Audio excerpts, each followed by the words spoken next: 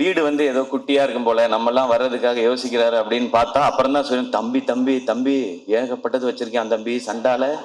தம்பி ஒரு இது ஒன்று நடந்துச்சு தம்பி, உங்கள்கிட்ட சொல்லணும் தம்பி அப்படின்னாரு.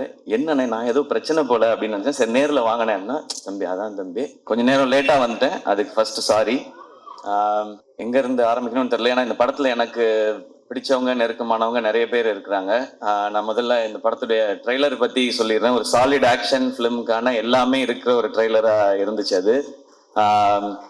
இந்த படம் இதையே தான் டெலிவர் பண்ணும் அப்படின்னு நான் நம்புறேன். அண்ட் துரை செந்தில் அண்ணன் என்னுடைய எதிர்நீச்சல் காக்கி சட்டை படத்தின் இயக்குனர்.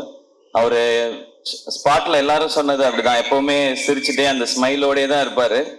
திட்டணும்னா கூட அதிகபட்சம் சிரிச்சுட்டே ஏன் இப்படி பண்ணீங்க அப்படின்னு கேட்பாரு. தப்பு பண்ணவனுக்கே ஒரு டவுட்டா இருக்கும், இருந்தாலும் நம்மளை கலாய்க்கிறாரா இல்ல திட்டதான் செய்யறாரா என்ன அப்படின்னு சொல்லி. அவ்வளவு ஒரு ஸ்வீட்டான மனிதர். ஸோ அவர் இந்த படம் ஒரு பெர்ஃபெக்டான டைட்டிலோட ஒரு அருமையான ஒரு களத்தோட வருது. அவருக்கு இன்னும் ஒரு வெற்றி படமா இந்த படம் இருக்கட்டும்.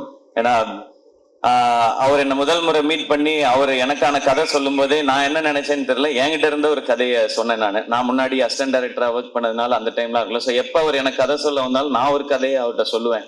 இப்படிதான் எங்களோட ரிலேஷன். அது ஏன்னு அவர்கிட்ட மட்டும்தான் நான் வேற யார்ட்டையும் அப்படி சொல்லியிருக்கேனான்றது தெரியல.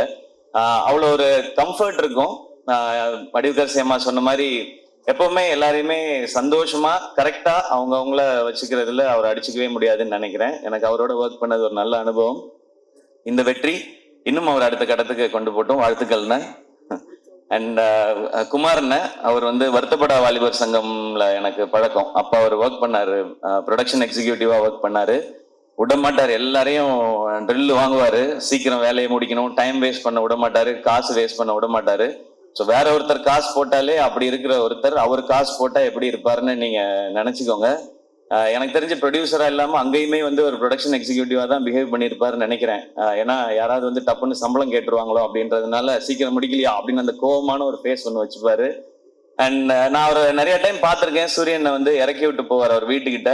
நான் இங்கிருந்து அப்படியே நடந்தே போய்க்கிறேன் அப்படின்வாரு. சரி வீடு வந்து ஏதோ குட்டியா இருக்கும் போல, நம்மலாம் வர்றதுக்காக யோசிக்கிறாரு அப்படின்னு பார்த்தா, அப்புறம் தான் சூரியன் தம்பி தம்பி தம்பி ஏகப்பட்டது வச்சிருக்கேன் தம்பி சண்டால, 4-5 வீடு வச்சிருக்கேன், நம்மள்ட்ட சொல்ல மாட்டேன் அப்படின்னு சொல்லி சொல்றாரு. அவர் அப்பயே ப்ரொடியூசருக்கு தேவையான எல்லா வேலையும் அப்பயே செஞ்சுட்டு வந்துட்டாரு கரெக்டா.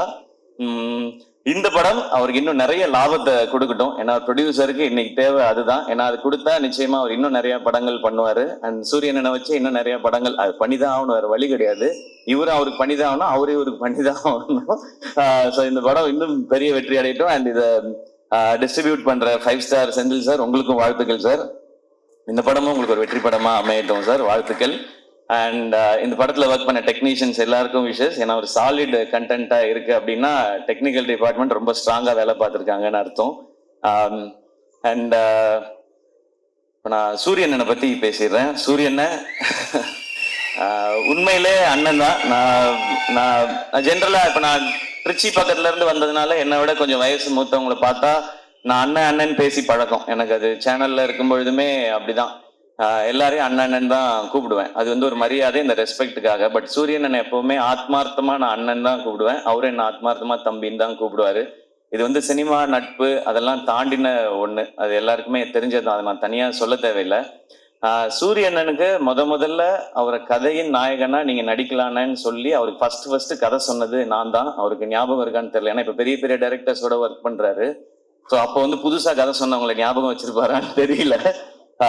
சீமராஜா ஷூட்டிங் அப்போ ஒரு டைம் கேப் இருந்தது. நீங்க ஏன்னா லீடா தம்பி சும்மா என்ன மாதிரி பேசிட்டு போக கூடாது, நான் பாட்டுக்கு ஒரு வண்டியை ஓட்டிக்கிட்டு இருக்கேன், குத்திவிடுவேன் குத்தி அப்படின்னு தான் சொன்னார் ஃபர்ஸ்ட். இல்லைண்ணா இந்த மாதிரி ஒரு கதை பண்ணுங்கண்ணே, ஒரு கதையில ஒரு அழகான கேரக்டரா எடுத்து நீங்க பிரதானமா வர மாதிரி பண்ணுங்கன்னு ஒரு கதை சொல்லி சொன்னேன். அப்பெல்லாம் தம்பி சும்மா தம்பி நமக்கு ஏதோ ஒண்ணு போயிட்டு இருக்கு தம்பின்னு சொல்லிக்கிட்டே இருந்தவர் ஒரு நாள் சைலண்டா வந்தாரு. வந்து